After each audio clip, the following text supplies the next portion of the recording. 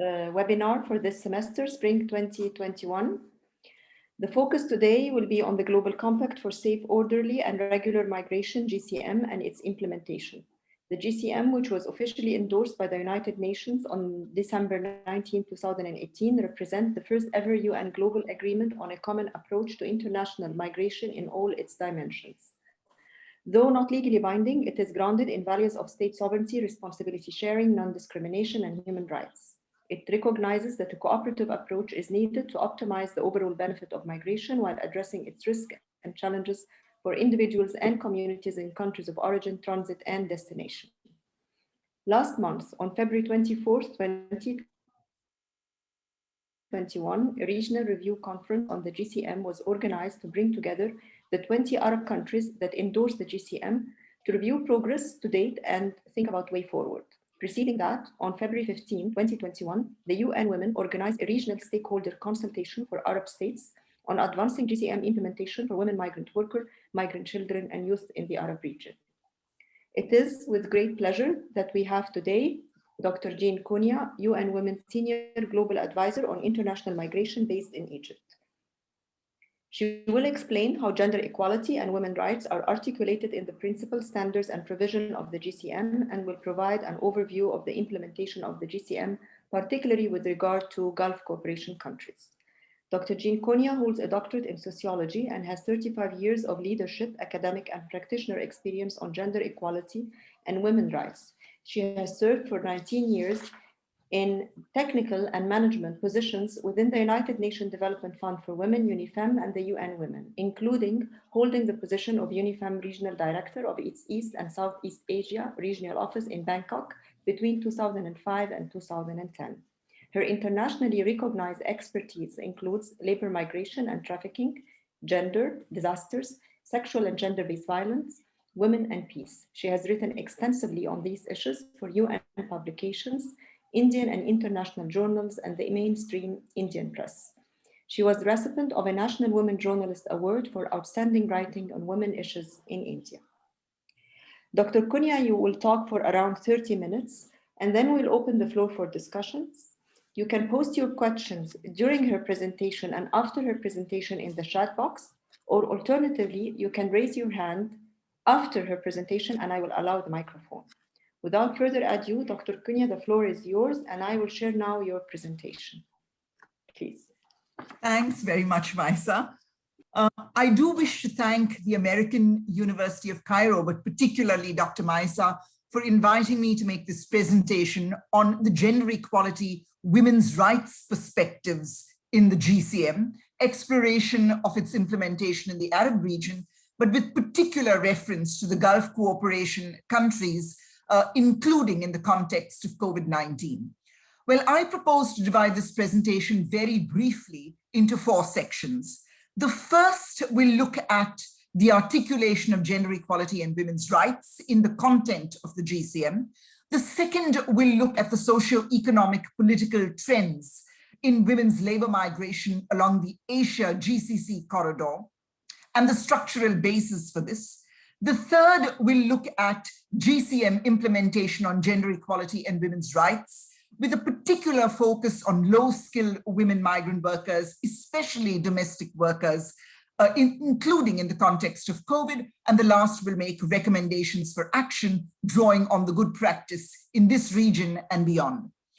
So to begin with, the GCM is notably the first intergovernmentally negotiated global instrument that seeks to promote international cooperation, as Maisa said, shared responsibilities and governance on international cooperation under the aegis of the UN system in ways that make migration work for all. Now, it's a non-binding instrument, but it does have huge normative significance. It provides a framework for comprehensive action on international migration. It is migrant-centered. It is grounded in a human rights-based approach. It tries to balance national sovereignty with migrants' human rights and well-being. It speaks very strongly to a whole of government, a whole of society approach for amplified impact and for inclusiveness and coherence. It speaks to addressing intersecting discrimination and addressing the most vulnerable migrants. Also very important, it is grounded in national ownership, rule of law, due process, enhanced access to justice, and it also addresses very deftly the complementarities between the Refugee Compact and, of course, the Migrant Compact. How does gender equality and women's rights fit into this?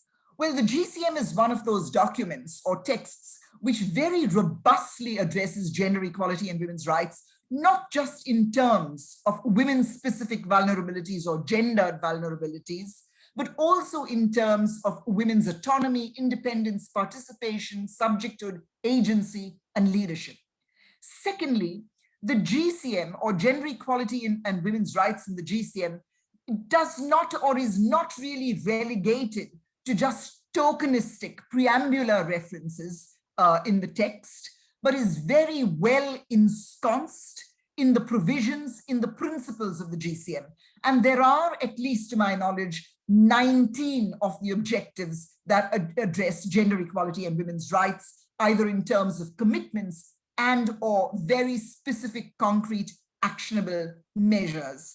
And some of the most important of these are, number one, the need to collect, analyze, disseminate sex disaggregated data for evidence-based policy formulation and implementation on migration. Second, addressing the gender structural drivers of migration, including climate change and disasters. Three, addressing rights violations against women migrant workers at all stages of the migration process, including addressing sexual and gender-based violence. Four, providing timely, accurate information to women migrant workers, indeed all migrants at all stages of migration. Five, expanding legal pathways for migration. Six, upgrading skills, providing portable social security, enhancing labor rights, enhancing or creating more decent job options for women migrant workers, particularly those in the informal sector, including domestic workers, and backing this up with strong enforcement mechanisms, that's monitoring, complaints, redress mechanisms, and heightened access to justice. It also speaks to women's right to freedom of movement, to free mobility, to addressing trafficking in women and girls in the context of global migration, to women's access to documentation, travel documents, identity documents, independently, migrants' birth registrations, transmission of nationality by women. So these are very important provisions that the GCM addresses very explicitly in the context of gender equality and women's rights. What is not as clear and explicit is gender equality and women's rights in respect of detention and alternatives to detention, or for instance, saving migrant lives and coordinated efforts to look for and rescue missing migrants, or for instance, migrant and diaspora engagement for sustainable development in countries of origin, indeed all countries. And lastly, gender equality and women's rights in international cooperation and global partnerships. But I will say, given that the principle of gender equality and women's rights is well ensconced in the principles and across the GCM at large, these provisions can by interpretation be addressed and by implication be addressed from a gender equality perspective. Also, I'd like to say that a gray area is a lack of comprehensive addressing to smuggling. It criminalizes smugglers, and it does have provisions to protect the rights of smuggled migrants. But there's a lack of unpacking of the different categories of smugglers, including the do-gooders among them and what you do or how you address such people, as also a lack of adequate analysis on the drivers, the context-specific drivers, including the policy triggers of smuggling. I would say the policy triggers of smuggling. And finally, the GCM has a review mechanism. And this review will be rolled out quadrennially at the global level. So that review is going to happen in 2022, but the national and regional reviews have actually been rolled out 2020 to 2021.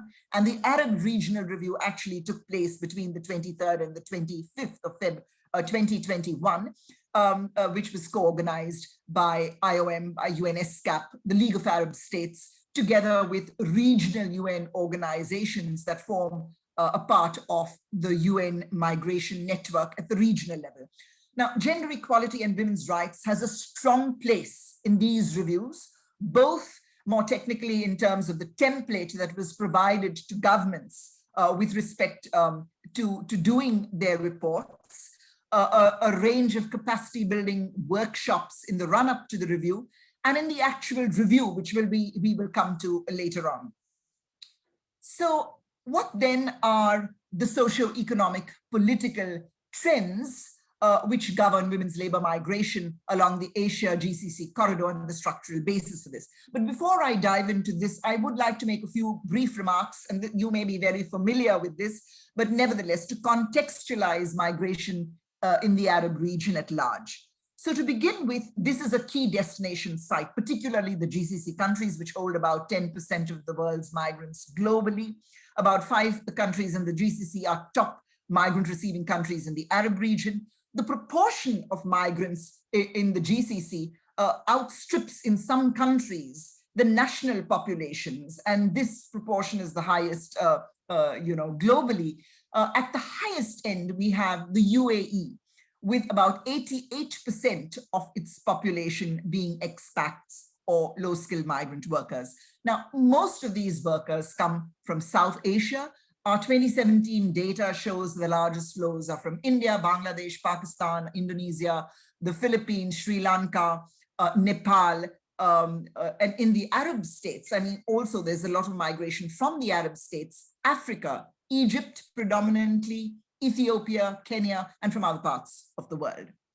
Well, 95% of the workforce in the GCC countries are low-skilled workers, particularly in the oil sector and construction and domestic workers.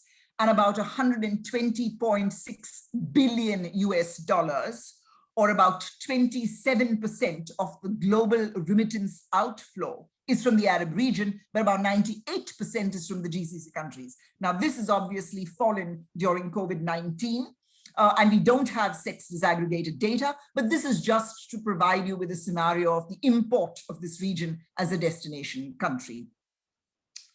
Well, this landscape or these trends have largely been attributable to the oil boom of the 1970s and related factors, where GCC rentier economies overtly depended or excessively depended on oil, oil-focused resource extraction, infrastructure development, real estate development, and they began recruiting, generating a demand for workers in the oil sector, in these sectors across all skill lines. So high-skilled workers, semi-skilled workers, and lower-skilled workers, given the fact that the national populations in the GCC really dominated more prestigious and more secure public sector jobs. And so there was a skill shortage in these sectors which had to be filled in. And there was also, and there is still, a shyness to engage in manual labor, so to speak. Now, on the other hand, countries of origin also promoted labor. I don't want to use the term labor export, but they facilitated the outmigration of their workers into these sectors as a core development strategy, just as the Gulf made the oil sector and recruitment of workers across all skill lines externally from other countries, a core part of its development strategy. Over the years, of course, oil crises, oil dips, the growing youth unemployment, the expression of voice in the Arab region, including by youth, the imbalance between migrant workers and local populations, particularly in some Gulf countries, cross-regional dynamics, international dynamics, the endorsement of the SDGs, the 2030 agenda, were all factors which led several Gulf countries, in fact, most of them, all of them, to veer away from this excessive dependence on oil towards a more diversified economic landscape where they prioritized, number one, high technology sectors, the knowledge economy, and services, particularly care work, hospitality, domestic work, the healthcare sector, and the like. Secondly, in line with the SDGs, most of these countries have prioritized increasing labor force participation of women. Thirdly, they're aggressively promoting nationalization policies. Now, these policies have been, on the cards for several decades, but have not really worked. But in the context of COVID and more recently, they're being aggressively promoted. And finally, in the last 10 years, there have been from Gulf countries, and this is not just after the Global Compact, there have been legal and institutional changes and some really innovative programmatic actions and programs to protect the rights of men and women migrant workers, although policy and program, policy gaps do abound, practice gaps do abound, and we'll see that as we move on. So where do women fit into this picture? Well, women constitute about 27% of the migrant workers in the Gulf states, and to varying proportions, so about 16% in Oman, 32% in Kuwait. But the higher proportion of male migrant workers really reflects the demand generated by male-specific sectors, oil, construction, etc. Also, there's huge irregularity, migrants in irregular conditions, both among men, but particularly among women. And this is partly contributed to by countries of origin and their protectionist policies, in addition to the sectors being very male-oriented. So many countries of origin have actually imposed outright or bans or restrictions, age-specific, country-specific, occupation-specific, marital status, maternity status-related, or education-related restrictions on women's out-migration, prompting them to use irregular channels of migration.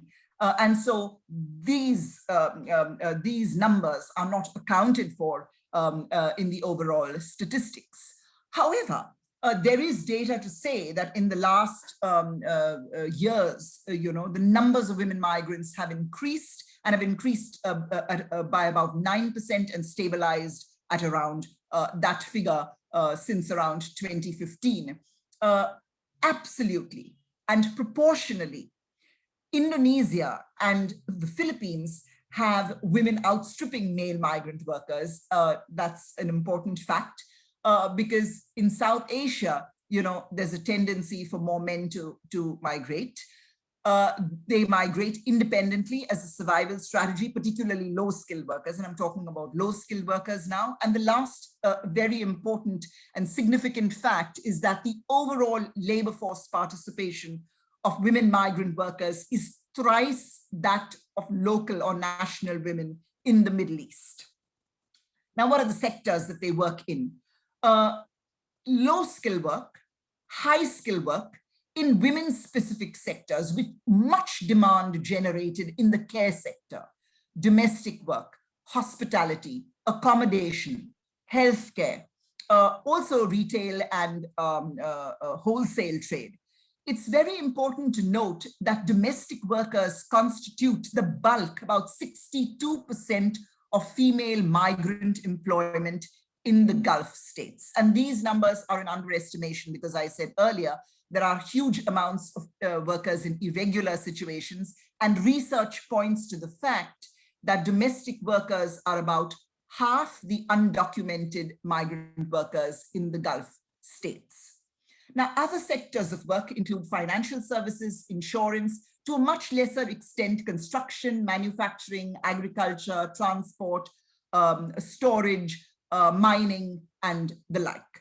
A very important point that I want to make that speaks to implementation is the lack of access to data, sex disaggregated data in the labor market. The quality of data varies between countries, so there are definitional variations, different ways in which sectors are defined and classified. And there is a lack of comprehensive sex and nationality disaggregated data at minimum in terms of occupations, activities, skill levels, wage levels, education levels, not just for men and women migrant workers and for local populations. And this makes it very difficult to get a total picture on the totality of work contributed in this dual labor market economy, and makes it very difficult then to have efficient migration governance and to enhance employability, which is matched really with the demand for workers in certain sectors and in certain occupations. Now, having said that, what are the structural reasons for demand for women in certain sectors? Now, quite obviously, and I won't dwell on this very much, but quite obviously, these are sectors which are very attuned to socially constructed roles for women and attributes for women. So nurturing, care work, repetitive work, routine work, and the like. But domestic work, which constitutes such a large number for women, there is a demand here because of increasing numbers of women who are educated and getting employed publicly. And there is a lack of care infrastructure, so to speak, a shortage of skills. Secondly, there is an emerging proportion of dual income families among the expat population, which is quite dominant in this region, and a lack of care infrastructure. Demographic changes, which are weighted in favor of the elderly, falling fertility rates, and the elderly need care, and there's a lack of that care infrastructure. All of this is also underpinned by cultural and social norms. For instance, the privileging in this region, as also in Asia, of more home-based care for different categories of family members over institutional care, and the lack of an adequate institutional care infrastructure. And even if there is an institutional care infrastructure, there's not much of uptake there. A shyness to do drudge labor, manual work, domestic work, face-to-face interaction with males in a home, in somebody else's home, or status attributed to having a large number of domestic workers. And there are a large number of workers in large households in the Gulf country. In some countries, the average is 3 domestic workers. So this generates that demand. Now, what are the conditions of women migrant workers? And this speaks to implementation and the structural basis for these conditions of work. I'd like to look predominantly at this sector because it constitutes such a huge sector, a large sector among women migrants in this region. Now, women's unpaid care work, which is constructed as a labor of love, emanating from the depths of women's beings, not requiring any particular skill, not requiring or not paid a wage, not contributing or accounted for in the GDP, is not considered work. Although it renews and reproduces the workforce that creates value and that keeps the wheels of society moving. And this construction really rubs off onto the value of domestic work. So the no value or the low value of women's unpaid care work in their own homes marks the low value of domestic work in the Arab region, in the Gulf countries, as elsewhere in the world.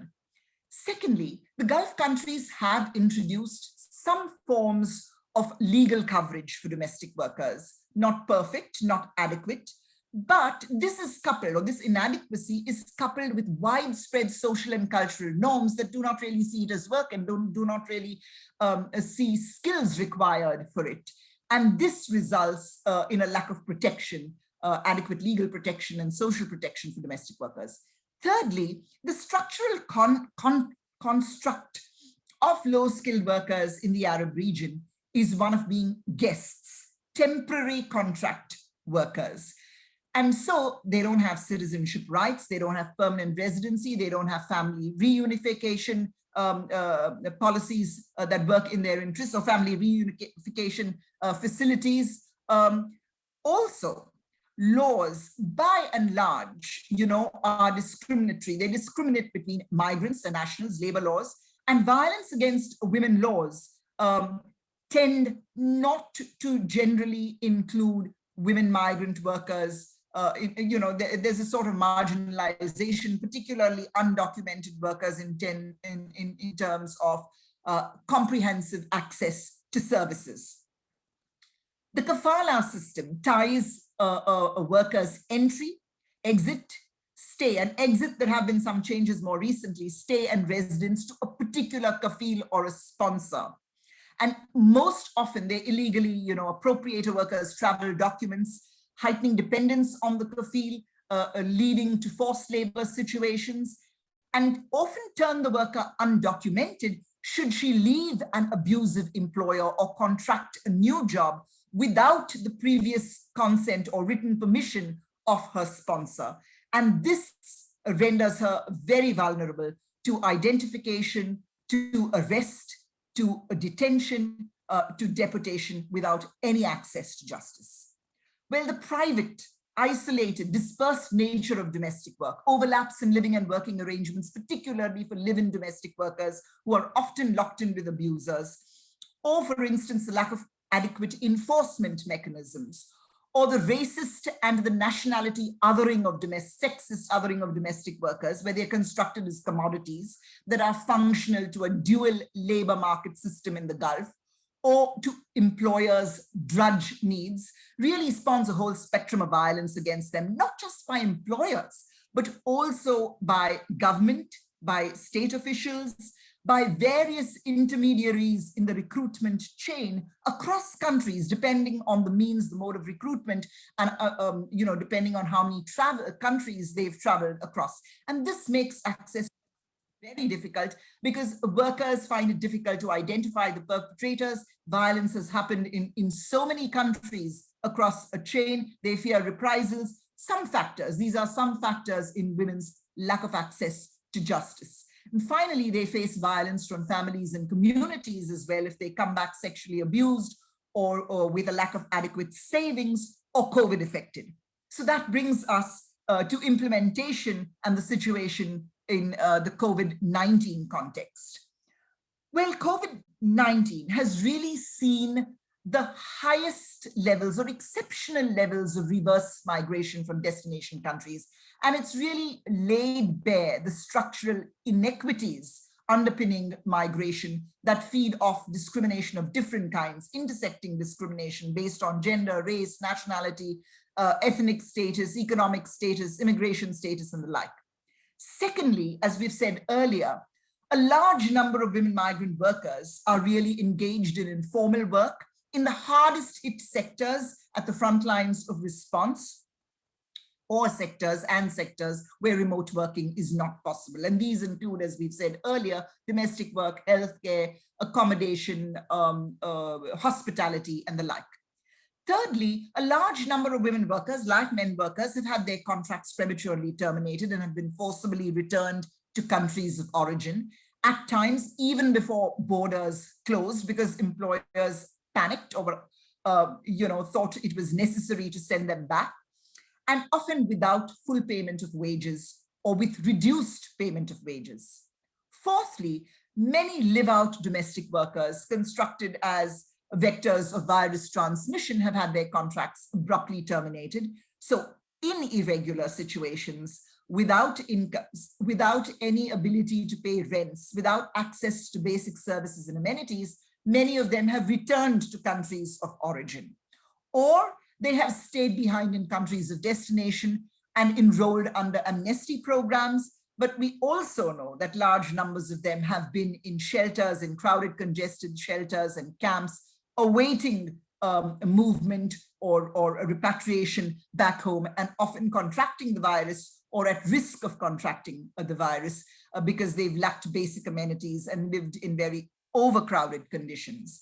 And many of them, still others, have stayed on in destination countries in the shadows of irregularity, freelancing, engaging in the worst forms of labor, and again, at risk of being identified, arrested, detained, and deported.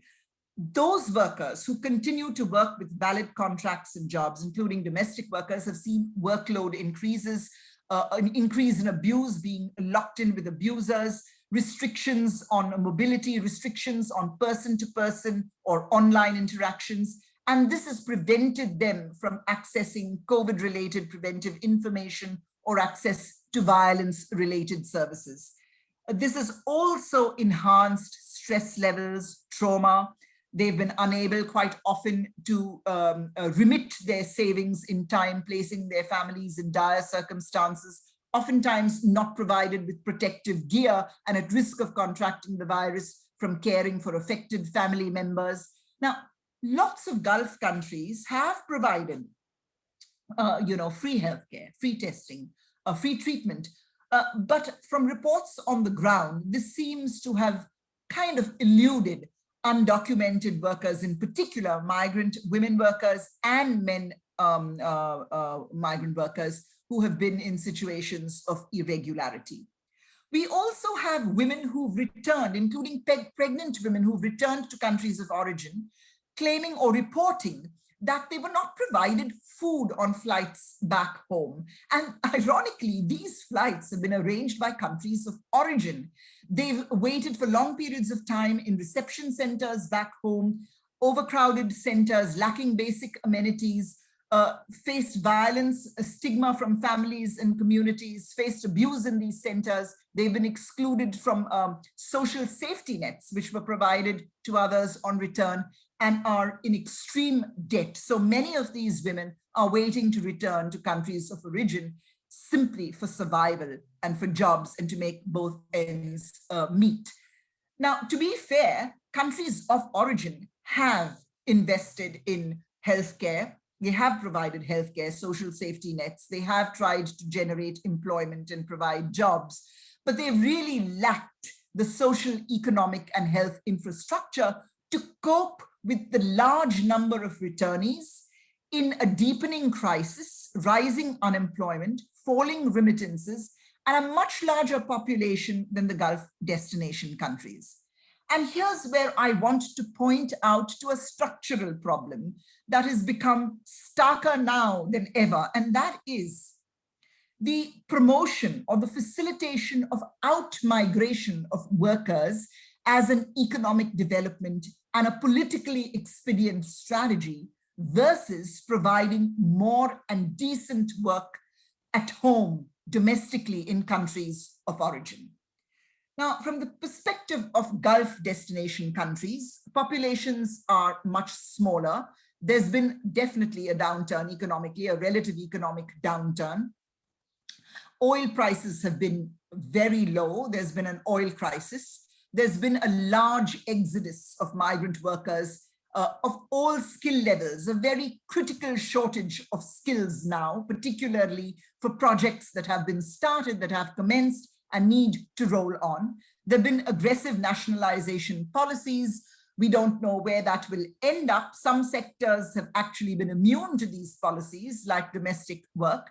But what all this is pointing to is the amplified challenges that destination countries, the Gulf countries, have in terms of realizing the 2030 visions and agenda and work plans and strategies. So given these conditions in countries of origin and countries of destination, given that the vaccine is just around the bend, potentially labor markets will open up. But there is a feeling that this will be marked by strong competition between countries of origin. There will be higher standards, criteria for health when entering a country. There might be higher skill demands, demands for higher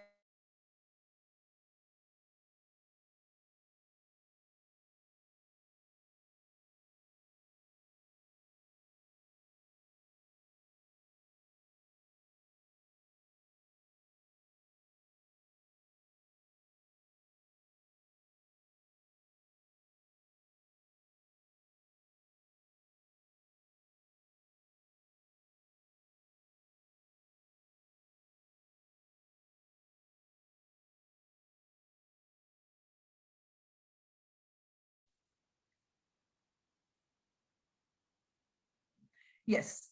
Can you hear me now? We lost connection. Maisa, can you hear me? Yes, I can hear you now. Thank you so much. Yes.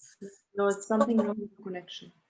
Yeah, so this is likely to compromise the human and labor rights of men and women migrant workers unless very fundamental structural changes are put in place. So what do we really do about this situation? What has been done? What are some of the gaps? What do we need to do further? Well, I needn't labor the point that, women and men migrant workers contribute hugely to countries of origin, destination, to families, communities back home. And they must be protected from a moral standpoint, but also because it contributes to sustainable development and promotes efficiency. And we really need to engage or adopt a whole of government, a whole of society approach for coherent and amplified impact, but in ways that actually ensure migrant women's leadership and representation, together with their support groups, on mechanisms and that actually at all stages of the policy process, for policy formulation and implementation. So what do we need to do? There needs to be coordination at the global level to actually create the fiscal space for intentional gender responsive budgeting, for immediate COVID response, and for long-term recovery in the following sets of actions. Number one, protection of migrant jobs, enhancing labor mobility, enhancing labor rights, providing social safety nets for migrant workers, rolling out the vaccine inclusively, amnesty programs, compensating wage entitlements and wage deductions. And here I want to point to two very interesting initiatives. A huge coalition of NGOs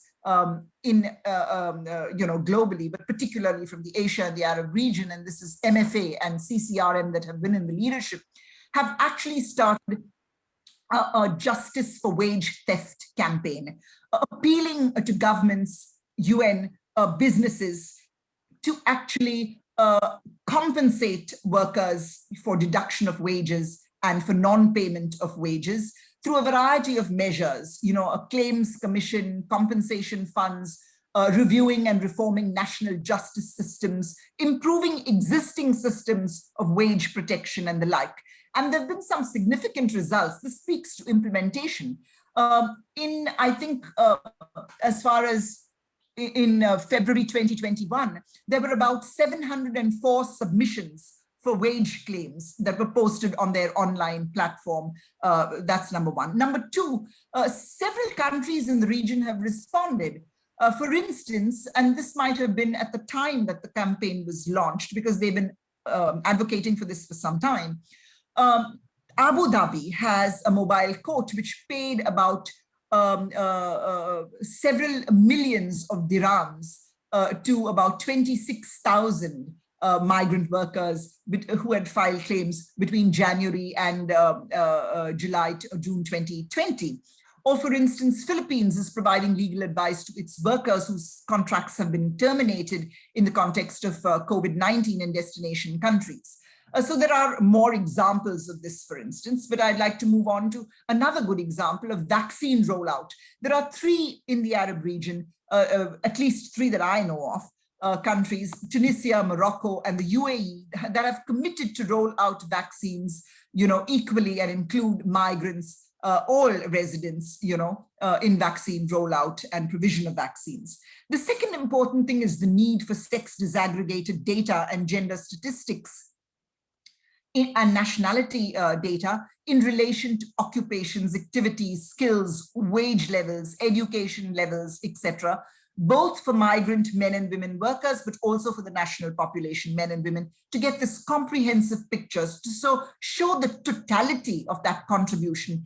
And this can help in reducing stereotypes, for instance, promoting cohesion and better labor migration governance. Thirdly, we really need to create more and decent jobs for women migrant workers and for others in countries of origin as a development alternative to migration. Fourthly, we need gender responsive labor law coverage in line with ILO and CEDAW standards for all women migrant workers, including domestic workers, backed by strong complaints, monitoring, and redress mechanisms. And we equally need to ensure that these labor laws are well harmonized with other legal regimes governing migration, immigration laws, and others, so that there's efficacy in the system and, you're not undercutting good provisions, so to speak, and you're empowering women migrant workers. Fourthly, there is need to introduce and to strengthen gender responsive programs on comprehensive information dissemination, on wage protection, on fair and ethical recruitment, on skills upgrading, recognition, accreditation, portability, on social security portability, and the like. Fifthly, there is need to actually enhance legal pathways for women migrant workers. And this includes liberalizing, emigration policies, to lift bans, to lift restrictions on women's out-migration, but also to reform immigration policies in countries of destination like the kafala system. So here we really need workers to actually apply on their own for employment visas in their own names and not linked to a sponsor. We need the onus of renewing these documents to be placed on workers in an enabling environment. We need labor market flexibility. Workers must be allowed to change their jobs with adequate notice provided to employers, and they should be provided with grace periods to stay on in the country and to contract new jobs and to stay on and to work and to press for justice should that be a need for them. There is need for gender responsive bilateral agreements and MOUs that speak to protections for workers and that are also backed by strong enforcement and monitoring mechanisms. There is need to ensure the right to collective bargaining and the right to association. There is need to have violence against women laws cover all women, including migrant workers and undocumented migrant workers, with comprehensive access to services.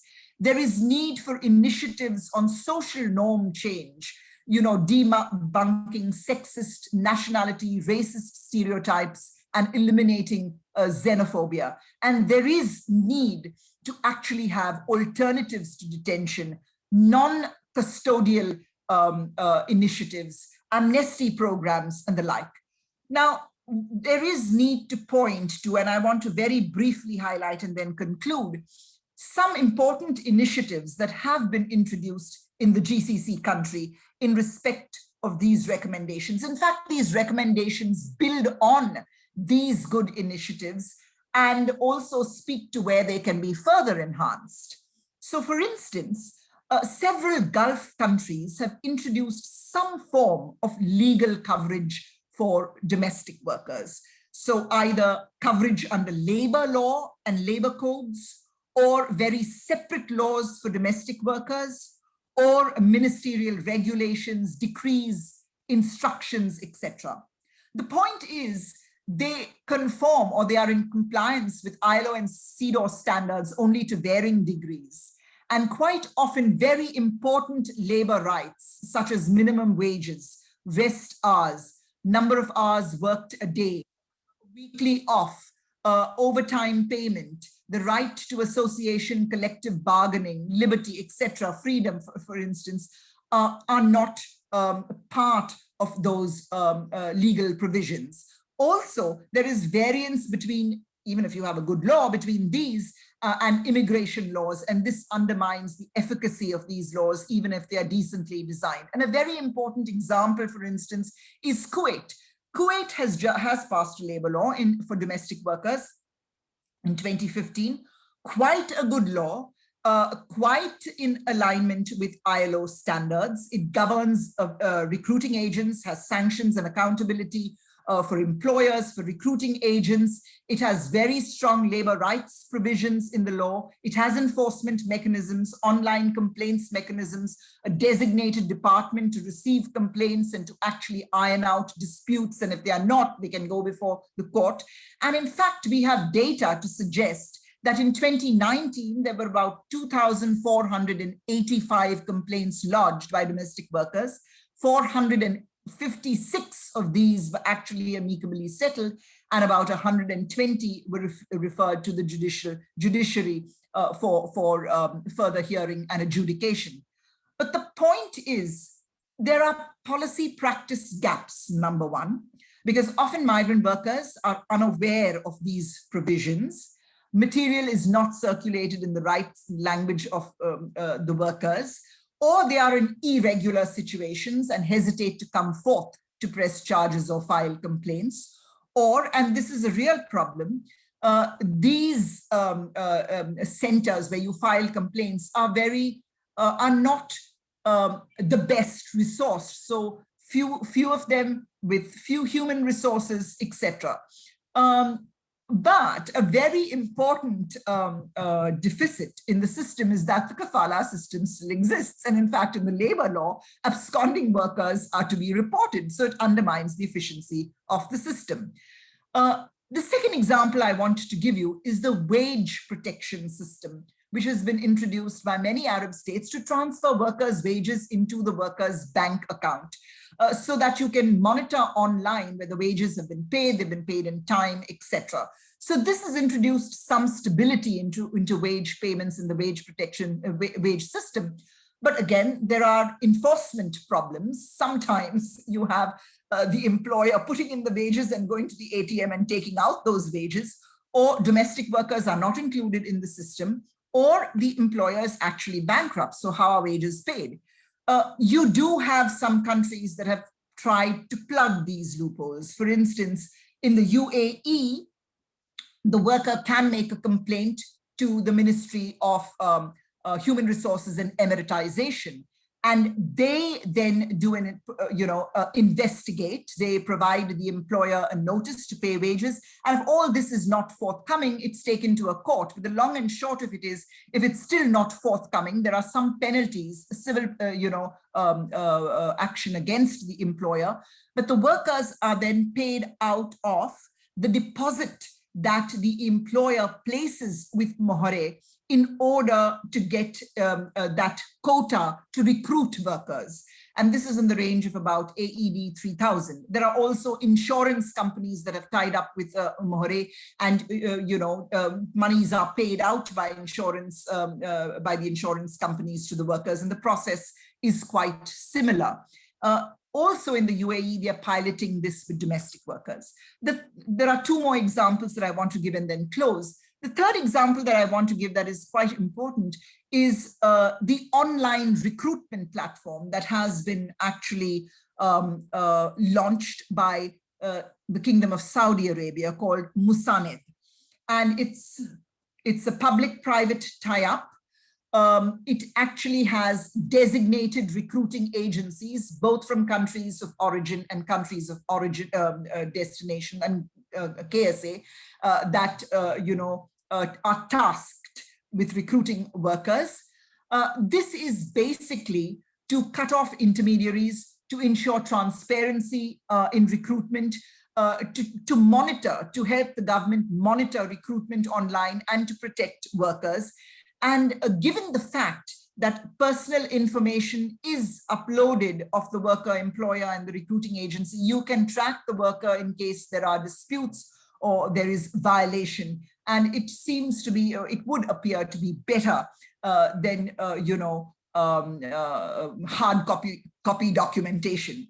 However, in 2018 September, there was comprehensive information posted online in Arabic and in English on the list of recruiting agencies in both sets of countries, number one, on the recruitment services being offered, on the complaints mechanism and how to use that complaints mechanism, how to apply for a job, and a whole repository of information. But as I said, this was not in the language of the workers. And so there is a real necessity to, number one, first of all, have aggressive outreach by countries of origin to workers. Many of these are workers who are not educated and can't use online systems. So outreach to let them know what the content of this, these systems are and facilitate their online applications. Secondly, coordination between countries of origin and destination on queries and complaints. Public vetting of these recruiting agencies. Who are these recruiting agencies? What are the accountability measures and sanctions both in countries of origin, for airing agencies, so to speak. So these are some of the things that need to be taken on board. And lastly, I want to speak to the kafala system. Now, the kafala system, there have been very cosmetic and window dressing kind of reforms to the kafala system, piecemeal reforms to the kafala system. At some levels, it's quite elitist because, certain categories of migrants, students in certain countries, or business people, highly skilled professionals are not tied to the field. They don't need a sponsor. So it's quite elitist, number one. Number two, in some countries, domestic workers are not covered by it. Number three, the timeline, you have pieces of it addressed. And I want to give you the example of Qatar, for instance.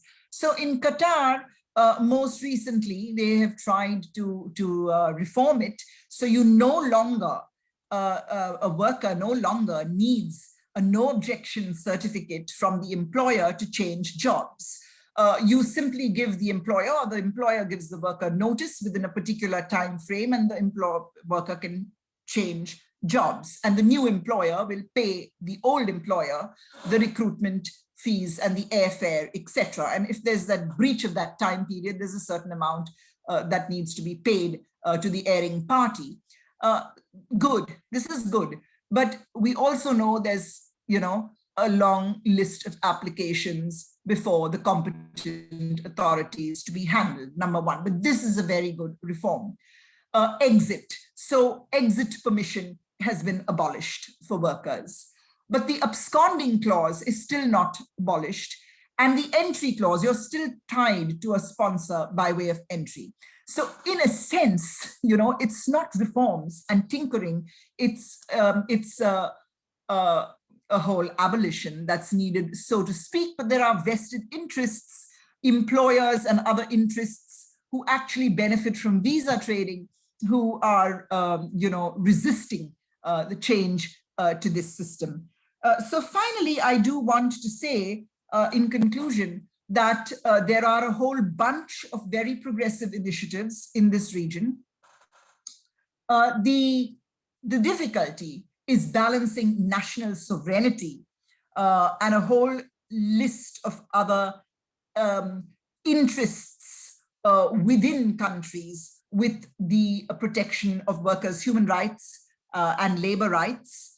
But I do have faith in the fact that we're talking about a whole of government and whole of society approach. I want to stop here because this gives you that ammunition to basically push the agenda. And when initiatives come from within, domestically, that agenda can be pushed further. We can speak to the review of GCM implementation in a question or so, but I would stop here because I don't want to ramble on too long. Thank you so much. Thank you, Jane, very much for a very interesting presentation, very informative, and you raised very important issues. I was particularly glad to hear about how you stressed on the policies, how the policies have implication, policies of both the sending countries and the receiving countries. It's good to know that the kafala system is being considered for revision, but I think from what you're saying that there is a lot to be done and it's not complete. We are happy to receive questions from the attendees. So whoever would like to ask a question can raise his or her hand, or alternatively write in the chat box.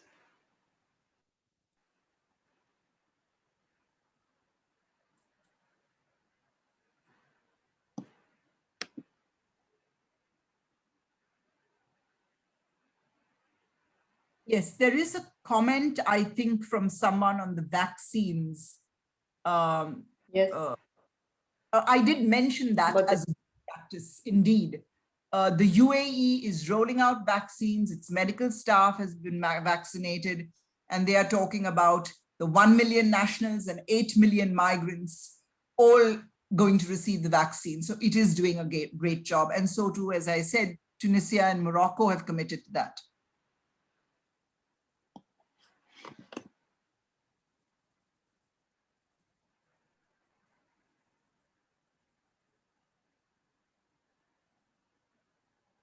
Okay, I think maybe they need to have time to think about some questions. Okay.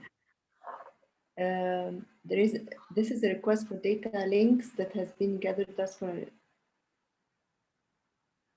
Someone is asking about links.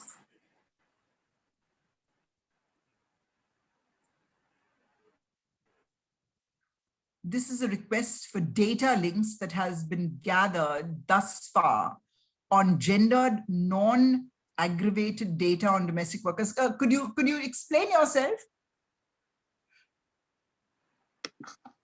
Annette.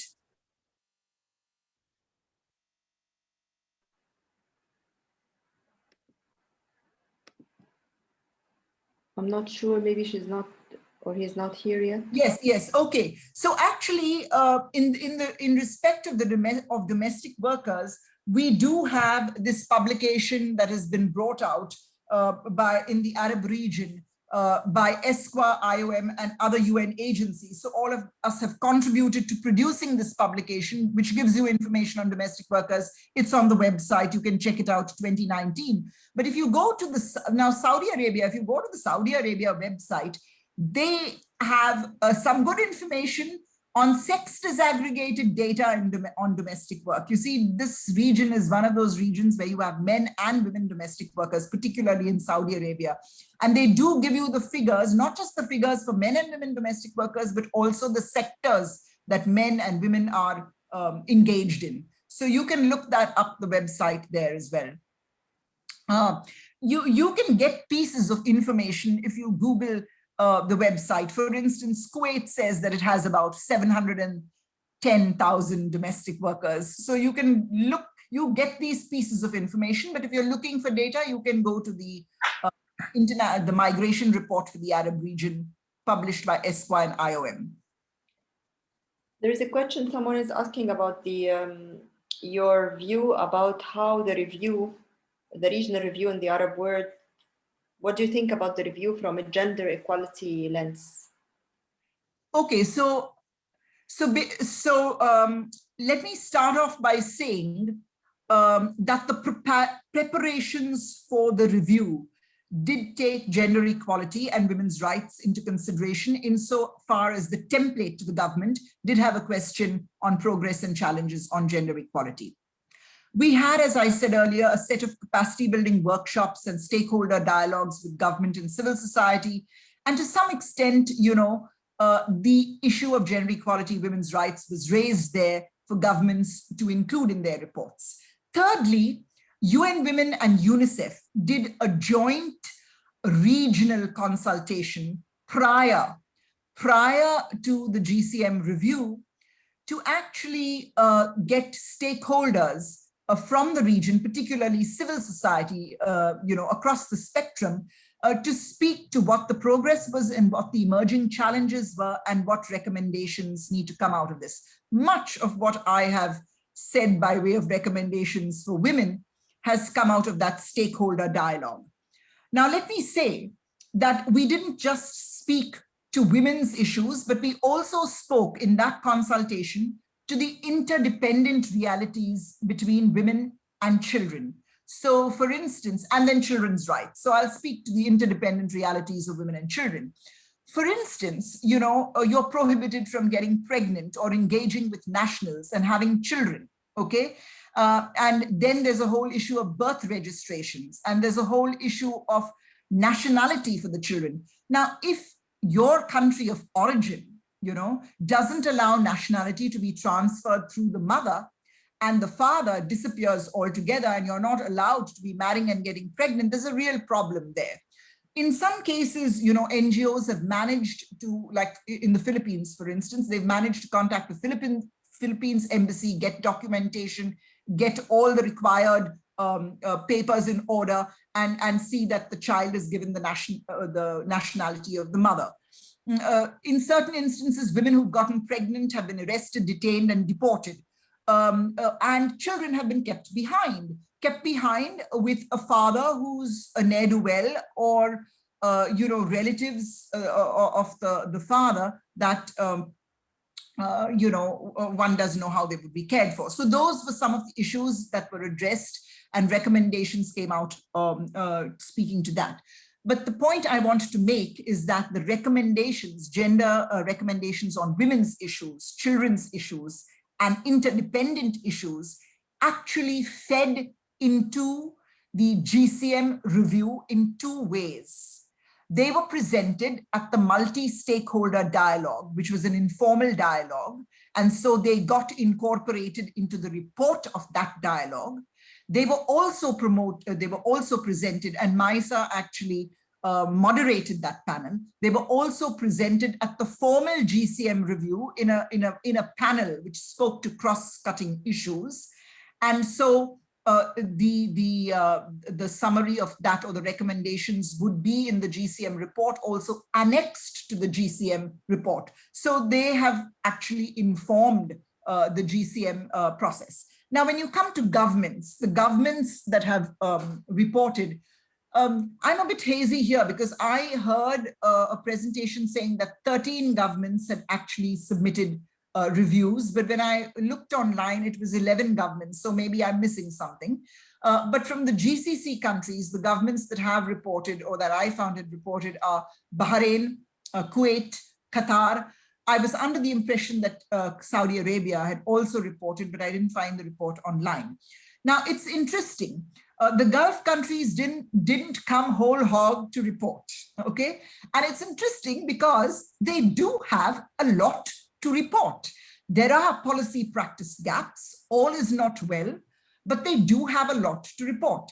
And this is really missing in that review process from the Gulf perspective. The Kuwait government did report on the domestic workers law. It reported on their shelters. Of course, they all spoke to the positive elements and didn't really flag the continuing challenges, and but anyway, they did report. Bahrain stopped to its one-stop service centers, to its contracts for domestic workers, its social security, health insurance. And again, we have Qatar with a long list of very gender responsive initiatives that it has reported on. So in a sense, what I would like to say is this, there is now discussion on how we take these recommendations forward, and how we take this good practice forward, through a multi-stakeholder, multi-sectoral approach, and UN offering support also to governments to move this agenda forward through the national UN networks, through the regional UN networks, because what we are seeing is there's very little engagement at the national level with governments, with civil society in the Gulf states. So yeah, that's what I would like to say. Thank you, Jean. Actually, I have two questions. Yes. One is, if you can tell us more about the magnitude of the return post-COVID, like to what extent it is, and which countries mostly the return happened from. And well, I think the returns, I cannot give you exact numbers. Different countries have different numbers, and these numbers are evolving. But for example, from Saudi Arabia, there were huge returns, from Saudi Arabia to Bangladesh, to Ethiopia. They were also put on flights and just sent back, or migrant workers were taken they contacted their recruiting agencies because their contracts were terminated. We have instances of migrant workers kept, for instance, in Saudi Arabia, in Lebanon, in recruiting agency. In rooms, they were provided very scanty meals, waiting for flights to take them back. So Bangladesh, India has seen massive returns, Nepal, Sri Lanka, all these countries. In fact, Sri Lanka is still trying to organize flights, many of these countries, to get back workers. So I wouldn't be able to give you a total number because these numbers are constantly evolving, but certainly very, very large numbers. And it was mostly with regard to domestic workers? No. It was to all migrant workers. See, the thing is this: the more professional migrants sometimes the flights, the airfares were paid for by the government. And I will say that in Kuwait, we have examples where, the airfare was paid. The Philippines organized, flights and paid for the workers. But it varied between countries of origin and countries of destination, okay? So if you were a skilled professional, you could pay your way back. And these flights were not cheap. They were really not cheap. The Vande Bharat mission of India brought back huge numbers of workers. I don't want to quote wrong figures publicly, but I have some figure in mind, but they paid huge amounts to go back. Now, undocumented poor migrant workers could not pay that money. So either you had some a philanthropic organization in the country, in Kuwait or wherever, or, migrant society from that country paying for them, or they just stayed on in the country. Many of them are there in the shadows. In fact, the documentation that we have from Kuwait is that there are lots of them living, in camps or, in with other migrant workers, away in the shadows, so to speak, babies that have been born and just abandoned. So these kinds of situations, the situation is quite dire, actually. And it's not to say that governments are not doing, but it's just, yeah. Mm-hmm. And my other question was about the GCM. You mentioned that one of the issues, or one of the issues that the GCM pays attention to is the lack of documentation, and to protect against lack of documentation. So yes. Can you elaborate on that?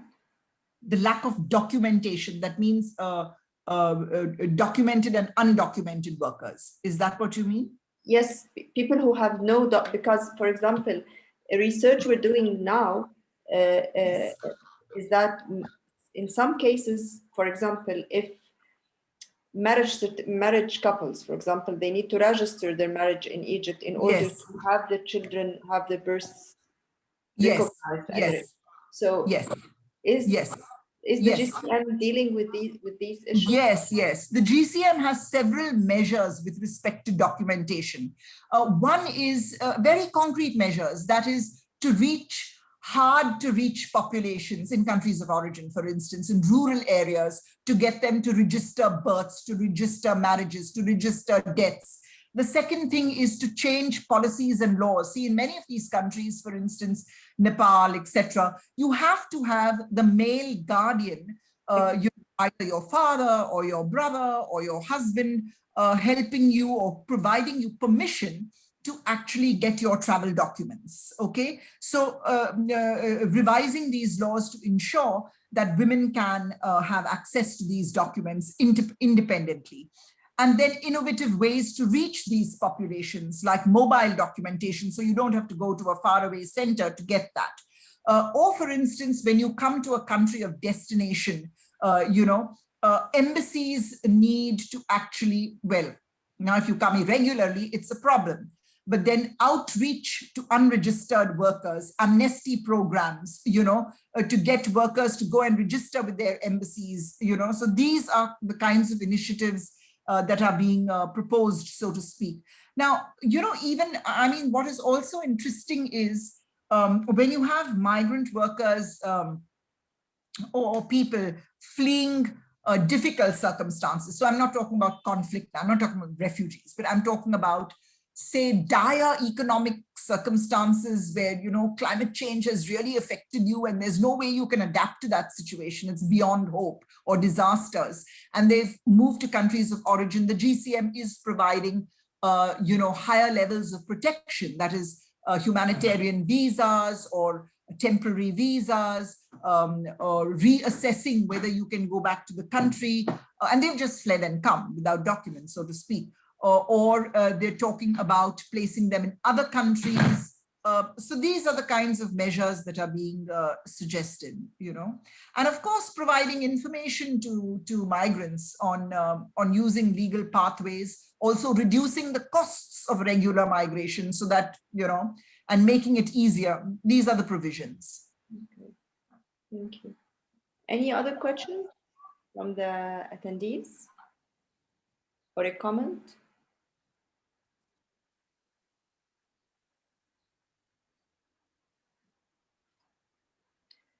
Okay, I was trying to share the links that you sent me, but for some reason I'm unable to do that. Can you let us know what are these links about? Okay, so I had a couple of links. Maybe I'll try to put it in the chat. There is this campaign on wage theft that I talked about. And so there are links to that campaign. If you're interested, I'll just put it in the chat box. 1 second. Give me a minute or two. Yeah. Okay.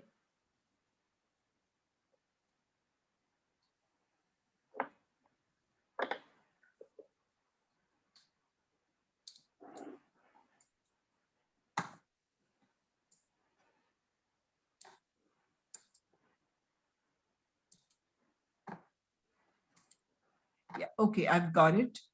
And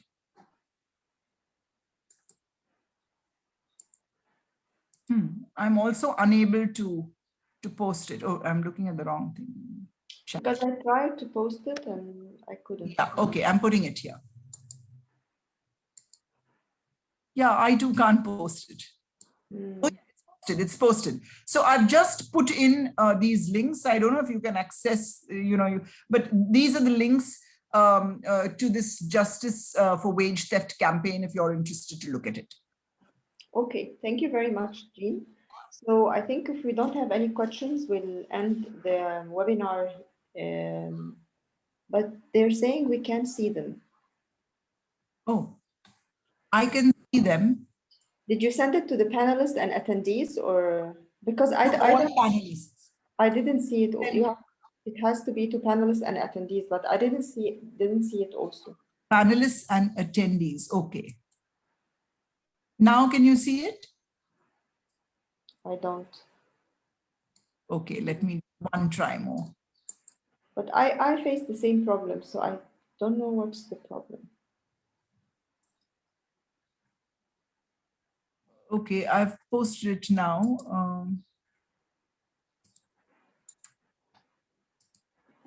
Can you see it now?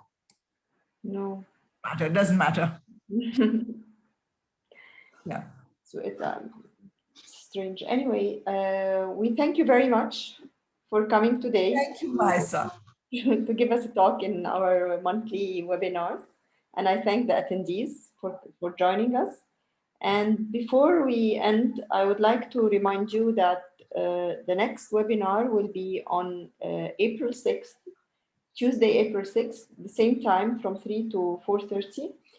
And it will be given by Professor Laila Al-Baradei, a professor of public administration at the School of Global Affairs and Public Policy at AUC. Dr. Al-Baradei has recently been awarded Sage 2021 Editorial Choice Award for leadership for a very interesting piece she wrote about an NGO working with Syrian refugees in Egypt. She will present the case in our webinar, as I said, Tuesday, April 6th, from 3 to 4:30. So until then, I wish you all the best. Now I see that someone is interested for the link. So she sent me her email. Maybe we can forward to her the link. Okay, fine. Okay. Thank you so much. And I wish you a great evening. Okay. Thank you. Thank you so much, Maisa, and thanks to everyone. Bye-bye. See you.